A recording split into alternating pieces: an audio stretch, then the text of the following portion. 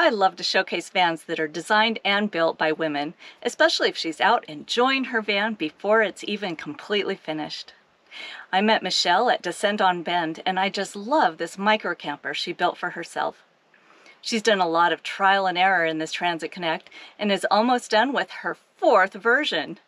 She's learned a lot about what works and what doesn't, and shares the good, bad, and just okay in this video. So if you're planning out a Transit Connect, you'll definitely want to hear what Michelle has to say. And before we dive in, I just want to invite all the women watching to join our Nomadic Women's virtual happy hour on Thursdays at 5 p.m. Pacific. You can find the link in our Facebook group, Gal Adventures, and the link to that is below.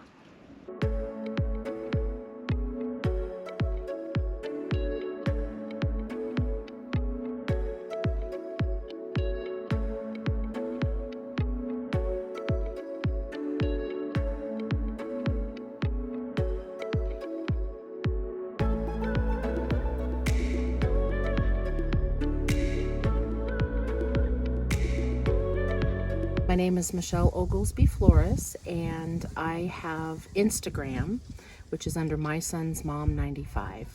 This is a 2012 Ford Transit Connect, and I bought it in March of 2020. And so I just started building it out because I wanted to be able to travel. And so I'm on 2.5 years of having it, roughly 2.5 years, and I've put 30,000 miles on it. So. But I built it out as a single person van. I am married, but I travel by myself.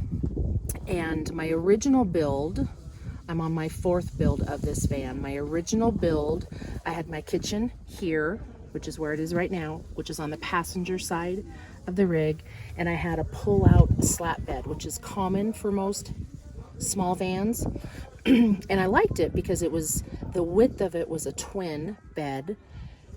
And then I would pull in to be a couch, but when I would pull it out in a slat bed and put the cushions down, I would fall in between the cushions, and being a bigger person, it wasn't comfortable. So I thought, okay, we're going to take everything out, and I took everything out, and then I put the kitchen on the driver's side, and I was going to make what I call a rock and roll bed, or similar to a Westphalia bed, where you have a couch on the width, where you're sitting as a couch, and then you pull the bed out, and then you have another twin bed.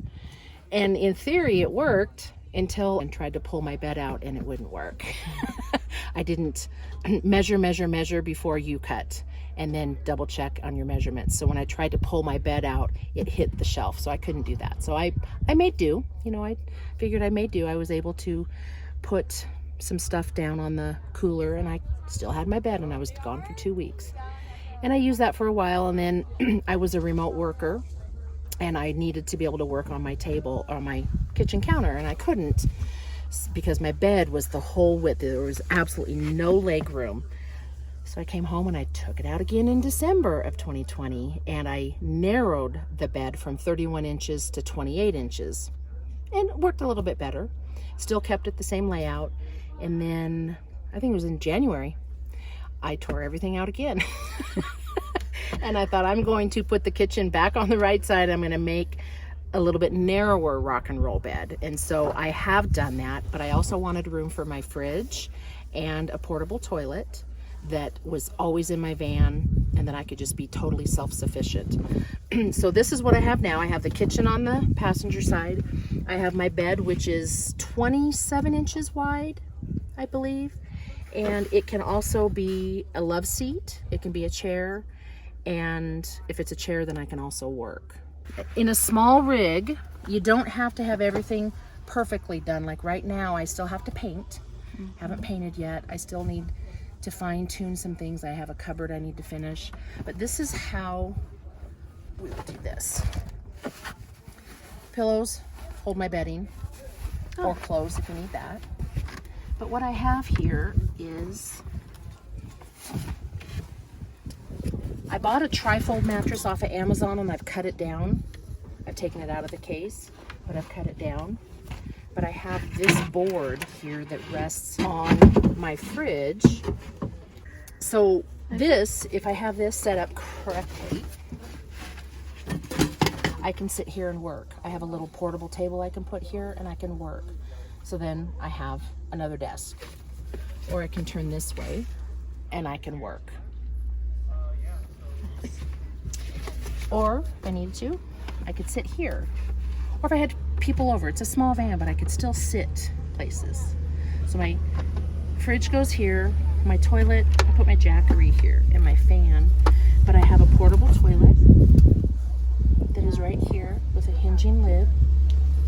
But I can sit here. And this morning I actually cooked because it was too windy to cook outside. So it's the first time in 2.5 years that I've actually cooked in my van, and it worked perfect. So here's again, the love seat bed, but it's up on a hinge. I'm very easy on my build. I just kind of watched a lot of YouTube videos, but I just put a block, a piece of wood right here. So then I have a chair. And one of the things I still have yet to do is put a table, like a lagoon table, but he made it out of pipe. I just have to station that, and then I can have a table here. So I can sit, I can work, I can eat, I can watch TV if I wanted. So I have multi-purpose on my bed, and I love this build out. It's my favorite one. Under here is I have food storage, I have adult beverage storage, I have my wireless router. I just kind of store everything under this one. Let me just take this out. Move this down, and then I'm back to my love seat. Under the front end, I have a hinging board that you can get to my battery, and I have a little extra storage under there.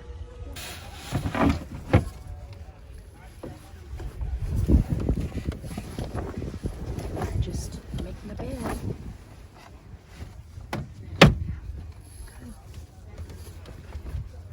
And then she's done. Seriously, I mean, that's how easy. Small rig.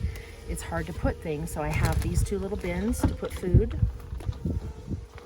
I put my tools usually down here. I didn't finish that out, but I'm gonna get one of those hinging tables. Oh, cool. And then the same thing over here. But I have storage under here. Oh, wait, get in here. It's a small rig. I have 6 gallons of fresh water. I have my risers. I have a table, I have my yoga mat, I have my drill. So you can get quite a bit in here. And then I have it's not hooked up, but this will be my pump for my water to pull out of there. And then I just built this. Let's hope it doesn't open. It's just food storage. And it just needs to be painted, but I just finished this door, so I need to paint. But that gives me food storage. This gives me food storage. And if I needed to, I could get some food in here as well. Right. So in a small space, you make do with what you just try to find everything that you can for storage. And then I have this to put on. Hopefully I'll get it done this week, but it's just another little shelf that I built to put my contact solutions, my lotions, just a few small things. I have 2 drawers. Everybody has a junk drawer, and it's more of a junk drawer than a utility of utensils, but I have all my utensils. I have extra storage bowls if I need to, vitamins, towels, and then down here I have the same. I put my plates, tin foil, cutting board, anything that you need. And then below, I didn't make a drawer, but I have my tools, my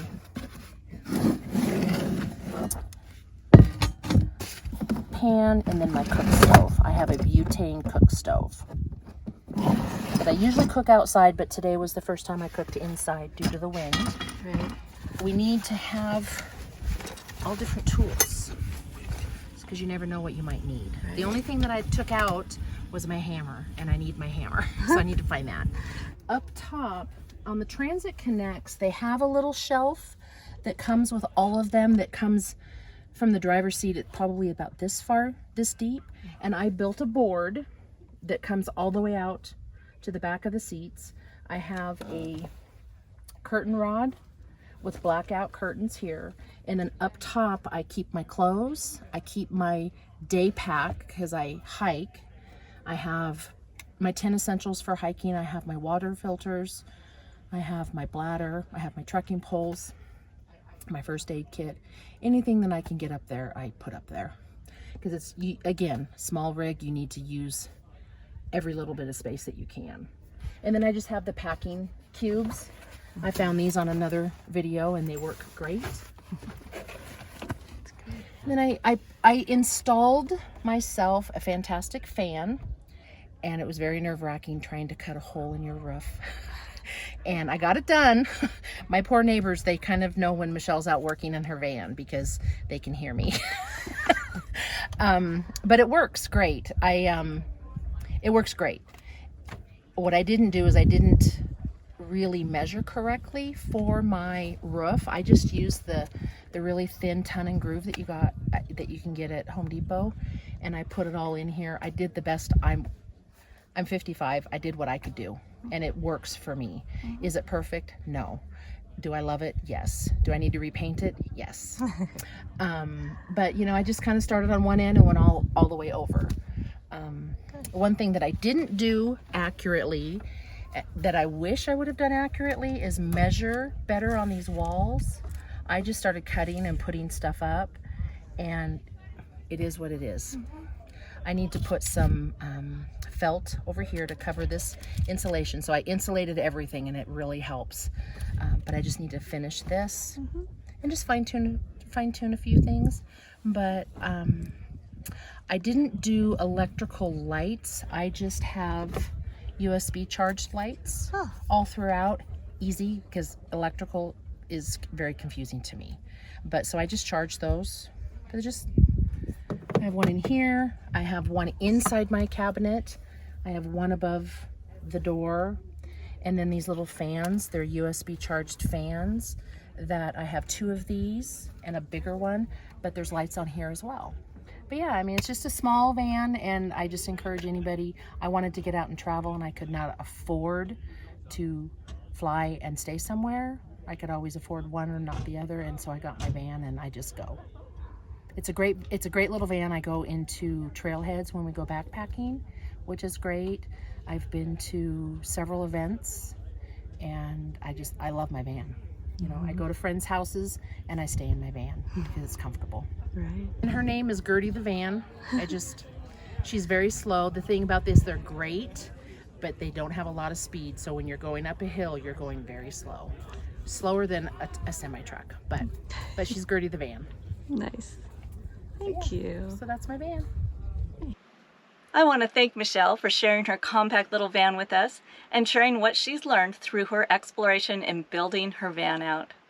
If you liked this video, please share it, and if you'd like to see more van and rig tours, van life tips, and other information to help women get on the road, hit subscribe and ring that notification bell so you don't miss any upcoming videos.